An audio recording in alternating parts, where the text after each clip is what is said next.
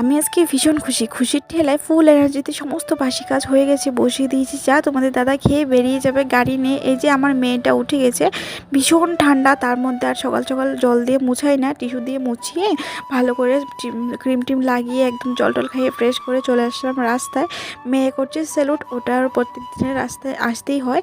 তো দেখো ঘরে এসে লেগে পড়লাম আমার কাজে। প্রত্যেক দিন যেমন বাতিতে হয় সেরকম প্রত্যেক দিন বালতি বালতি কাপড় ধুতে হয়।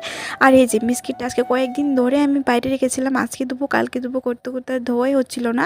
যেহেতু আমি আজকে যাবো এক জায়গায়, সেজন্য ভাবলাম চলো কাজগুলো সেরেই যাই। তো দেখো মা মেয়ে রেডি হয়ে গেছি।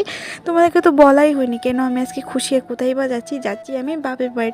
না, আজকে প্রায় 2-2.5 মাস পর বাড়িতে যাচ্ছি। অনেক খুশি, আমি অনেক খুশি। তো বন্ধুরা দেখো, মেয়েটা কিন্তু প্রত্যেকবারের মতো গাড়িতে উঠেই ঘুমিয়ে গেছে। এটা ওর ছোটোবেলা থেকেই অভ্যাস, গাড়িতে উঠলেই ঘুমিয়ে যায়। তো বন্ধুরা বাড়িতে এসে দেখি মা বানাচ্ছে ভিডিও, আমি তো আচানক। তো বন্ধুরা আমার মিনি ব্লগটা কেমন লাগলো জানাবে। টাটা, বাই বাই, ভালো থেকো।